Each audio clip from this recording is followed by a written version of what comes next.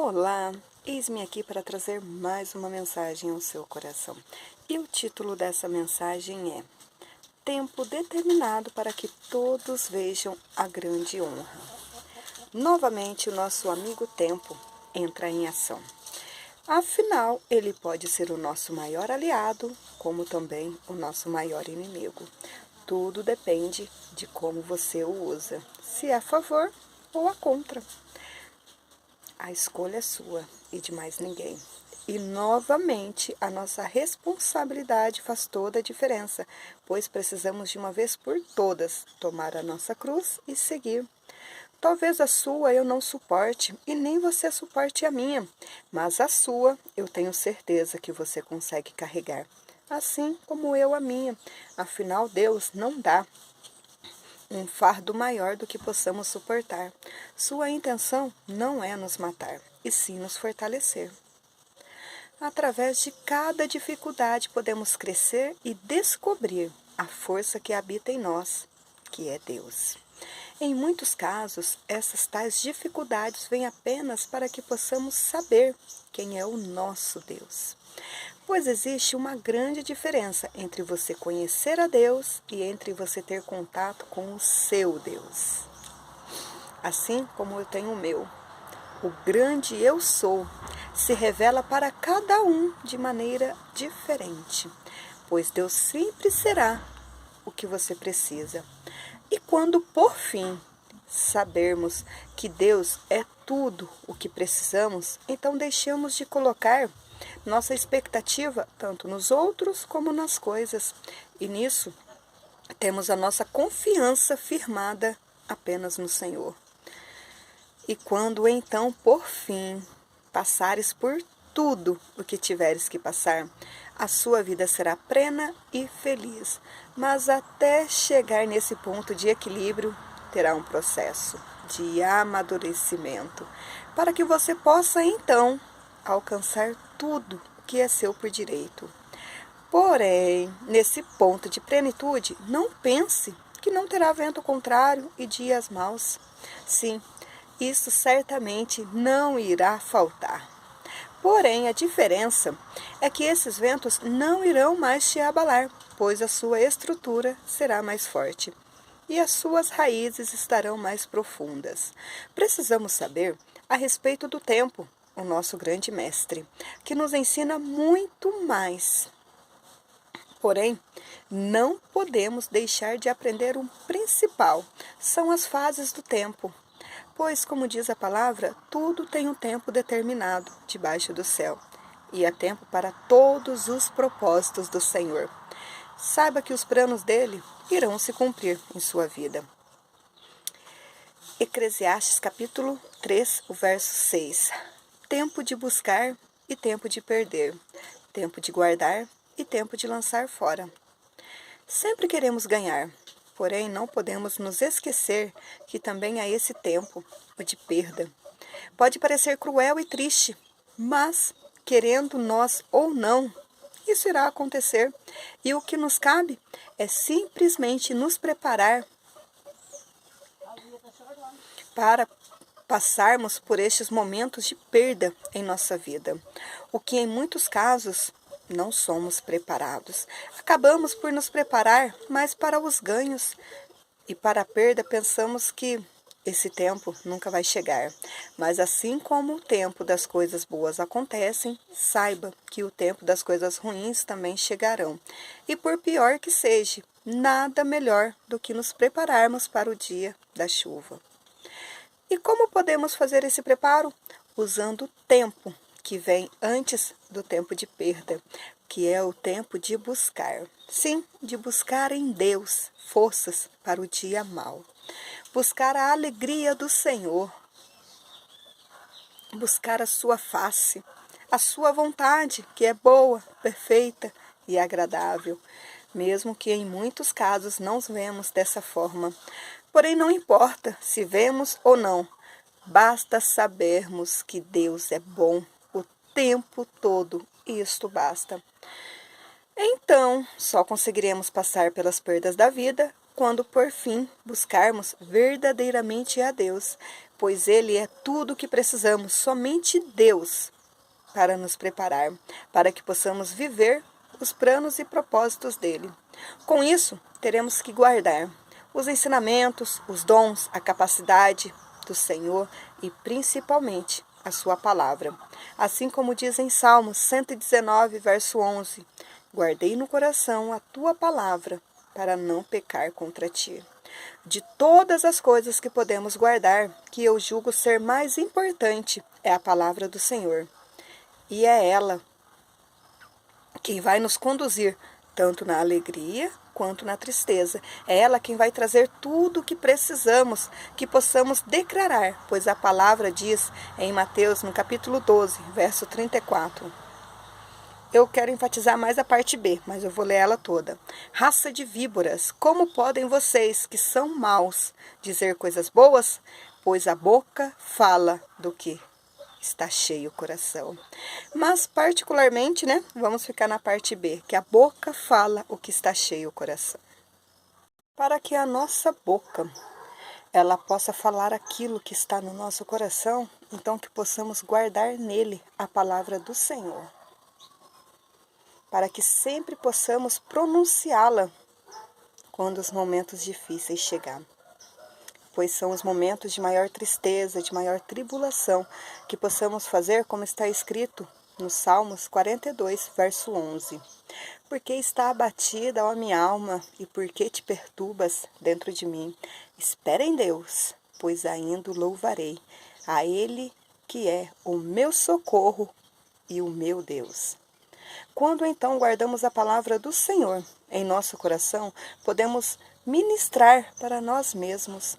Quando por fim passarmos pelos tempos difíceis, serão elas que trarão refrigério à nossa alma, para que não venhamos nos abater. Então, por último, mas não menos importante, precisamos lançar fora, sim, tudo aquilo que não é nosso. Aliás, tudo aquilo que é nosso. Pois as melhores partes são aquelas que vêm do Senhor. Tudo aquilo que não produz crescimento, que não irá contribuir com nada, que possamos esvaziar de nós mesmos, para que o Senhor venha ser achado em nós. Então o tempo do Senhor virá sobre nós quando lançarmos fora o que não presta, quando guardarmos as suas palavras para que não venhamos nos perder nos momentos mais difíceis, em que precisamos então buscar ao Senhor. Como a palavra, ela me encanta. Quanto mais a conheço, mais eu amo. Mas para a nossa reflexão eu quero deixar parte de uma história bastante conhecida, que fica no livro de Ruth, o capítulo 1. Vai ser do verso 1 ao 22. Diz assim: E sucedeu que, nos dias em que juízes julgavam, houve uma fome na terra. Por isso, um homem de Belém de Judá saiu para peregrinar nos campos de Moabe. Ele, sua mulher e seus 2 filhos. E era o nome deste homem Elimeleque, e o de sua mulher Noemi, e os seus 2 filhos Malom e Quilion, efrateus de Belém de Judá. E chegaram ao campos de Moabe e ficaram ali. E morreu Elimeleque, marido de Noemi, e ficou ela com os seus 2 filhos, os quais tomaram para si mulheres moabitas. E era o nome de uma Orfa e o da outra Ruth, e ficaram ali quase 10 anos. E morreram também ambos, Malom e Quilion, ficando assim a mulher desamparada de seus 2 filhos e do seu marido. Então se levantou ela com as suas noras e voltou do campo de Moabe, porquanto na terra de Moabe ouviu que o Senhor tinha visitado o seu povo, dando-lhe pão. Por isso saiu do lugar onde estivera, e as suas noras com ela. E indo elas caminhando para voltarem para a terra de Judá, disse Noemi às suas noras: Ide, voltai, cada uma à casa de sua mãe, e o Senhor use convosco de benevolência, como vós usaste com os falecidos e comigo. O Senhor vos dê que acheis descanso cada uma em sua casa de seu marido.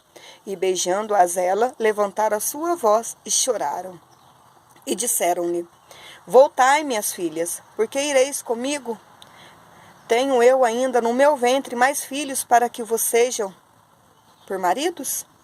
Voltai, filhas minhas, ide-vos embora, que já muito velha sou para ter marido, ainda quando disseste, tenho esperança, ou ainda que esta noite tivesse marido e ainda tivesse filhos, esperá-lo-eis, até que viesse a ser grandes? Deter-vos ireis por eles, sem tomardes marido? Não, filha minha, que mais amargo me é a mim do que a vós mesmas, porquanto a mão do Senhor se descarregou contra mim.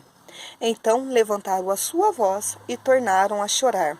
Orfa beijou a sua sogra, porém Ruth se apegou a ela.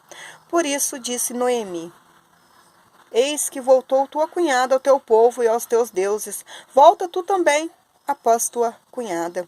Disse, porém, Ruth: não me instes para que te abandone e deixe de seguir-te, porque aonde quer que fores, irei eu, e onde quer que pousares, ali pousarei eu. O teu povo é o meu povo, o teu Deus é o meu Deus. Onde quer que morreres, morrerei eu, e ali serei sepultada. Faça-me assim o Senhor, e outro tanto, se outra coisa que não seja a morte me separar de ti. Vendo Noemi que de todo estava resolvida a ir com ela, deixou-lhe de lhe falar. Assim, pois, foram-se ambas até que chegaram a Belém. E sucedeu que, entrando elas em Belém, toda a cidade se comoveu por causa delas e diziam: não é essa Noemi? Porém, ela lhes dizia: não me chameis Noemi, chamai-me Mara, porque de grande amargura me tem dado Todo-Poderoso. Cheia parti, porém vazia o Senhor me fez tornar. Por que, pois, me chamareis Noemi? O Senhor testifica contra mim, e o Todo-Poderoso me tem feito mal. Assim Noemi voltou, e com ela Ruth, a moabita, sua nora, que veio do campo de Moabe, e chegaram a Belém, no princípio da colheita das cevadas. Ruth, a fiel, que não abandonou a sua sogra em nenhum dos momentos mais difíceis que ela já passou. Sabemos que Noemi havia saído com o seu marido, Abimeleque, e seus 2 filhos, Malom e Quilion, para peregrinar em uma terra distante. Porém, Noemi passou pela tristeza de não somente viver a perda do seu marido, como também dos seus 2 filhos. É desgraça demais para uma só mulher. Basicamente, Noemi estava vivendo a sua dor. Além de não ter mais nada, a sua família, ela havia perdido tudo. Afinal, tinha deixado a sua terra natal em busca de algo melhor. E por mais que ela não estava vendo, ela conquistou esse melhor que ela foi em busca. Mesmo que na visão de Noemi, ela estava apenas perdendo. Porém, como Deus é tão maravilhoso, até mesmo quando perdemos, estamos ganhando. Não que a perda dela seja insignificante. Não é isso. Foram perdas incalculáveis que lhe tirou o chão. Então, o que lhe sobrou? Voltar para onde ela ainda era alguém. Porém, como ela achava não ter mais nada para oferecer às suas 2 noras, elas despediu para que então pudesse tentar algo melhor com as suas famílias, pois Noemi achava não ter mais nada. Grande engano dela. Nisso, Orfa a obedeceu e seguiu o seu caminho. Porém, Ruth não quis deixar e se negou a obedecê-la. Ruth a seguiu, e o que eu acho mais lindo foi quando Ruth disse. Disse, porém, Ruth: não me instes para que te abandone e deixe de te seguir, porque aonde quer que tu fores, irei eu. Onde quer que pousares, ali pousarei eu. O teu povo é o meu povo, e o teu Deus é o meu Deus.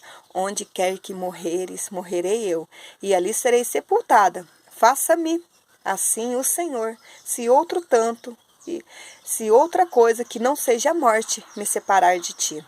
O capítulo 1, versos 16 e 17. Sabemos que tanto Ruth como Orfa eram pagãs e não pertenciam ao nosso Deus. Porém, O que me chama a atenção é que mesmo que Noemi tivesse perdido tudo, ela não perdeu o principal, que é a fé no Deus vivo. Tanto que uma pessoa que não servia a outros deuses deixou tudo, não somente para segui-la, como também para servir o nosso Deus. Porque Ruth diz: o seu Deus será o meu Deus. Já pensou? Noemi tinha grandes motivos para não querer mais saber de Deus, pois são nos momentos de maior perda que acabamos por culpar a Deus, por então passarmos por estes momentos difíceis. Mas foi o momento de maior dor que Ruth se rendeu ao Deus de Noemi. Todos veem que Ruth fez uma grande benevolência à sua sogra, porém, o que a sua sogra fez foi algo de maior valor. Noemi perdeu tudo, mas não perdeu Deus. E foi por ela não ter perdido a fé no Senhor que fez com que Ruth seguisse com ela. Noemi fez uma grande obra sem saber. Ela foi junto de seu marido a essa terra distante, tentando buscar essa vida melhor. E foi através dela que então ela pôde trazer vida a Ruth. Ruth se converteu ao Senhor, mesmo com toda a dor que ambas estavam vivendo. O momento de maior perda não fez com que aquilo de ruim piorasse. Pelo contrário, foi onde elas então encontraram forças para seguir. Por fim, Noemi e Ruth voltaram. Ela já não quis nem ser chamada mais de Noemi, e sim de Mara, pois o Senhor o havia feito. Ruth, o verso 20 e 21. Porém, elas lhe diziam: não me chameis Noemi, chamai-me Mara, porque grande amargura me tem dado Todo-Poderoso. Cheia parti, porém vazia o Senhor me fez tornar. Por que, pois, me chamareis Noemi? O Senhor testifica contra mim, e o Todo-Poderoso me tem feito mal. Noemi estava se sentindo mal, e não era por menos. Ela tinha todo o direito de se entristecer pelo que lhe acontecera, mas isso não foi o suficiente para ela abandonar o seu Deus. Tanto que, mesmo na sua maior tristeza, ela se manteve firme e conseguiu ainda trazer mais uma para Deus. Ruth se rendeu ao nosso Deus, e todos puderam ver através disso que a mão do Senhor era com elas. Ruth, de tão especial, entrou para a galeria de geração de Jesus, da sua linhagem veio Jesus. No livro de Mateus, o capítulo 1, do verso 5. Salmão gerou Boaz, cuja mãe foi Raabe. Boaz gerou Obed, cuja mãe foi Ruth. Olha que coisa esplêndida, de uma grande perda para uma grande honra, de fazer parte da genealogia de Jesus. A tristeza da perda não pôde ocultar os planos do Senhor.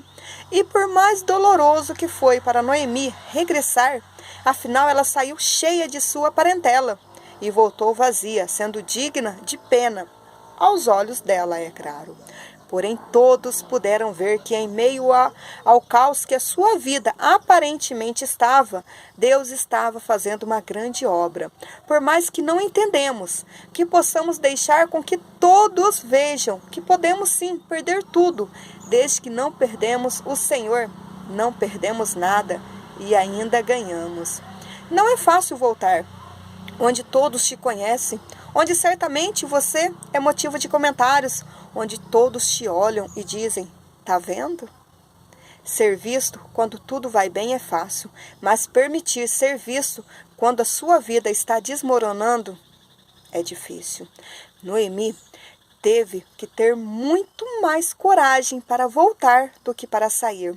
O ide do Senhor é lindo demais, porém ninguém consegue executar o ide sem antes vinde. Mateus 11, 28. Vinde a mim, todos que estão cansados e sobrecarregados, e eu darei descanso a vocês. Então, independente se você está indo, ouvindo, se está cheia de coisas e pessoas, ou se perdeu tudo, por mais difícil que seja, saiba que o tempo de perder antecede o momento de grande honra. Por fim, todos puderam ver que a grande honra é viver os planos de Deus. Boa tarde!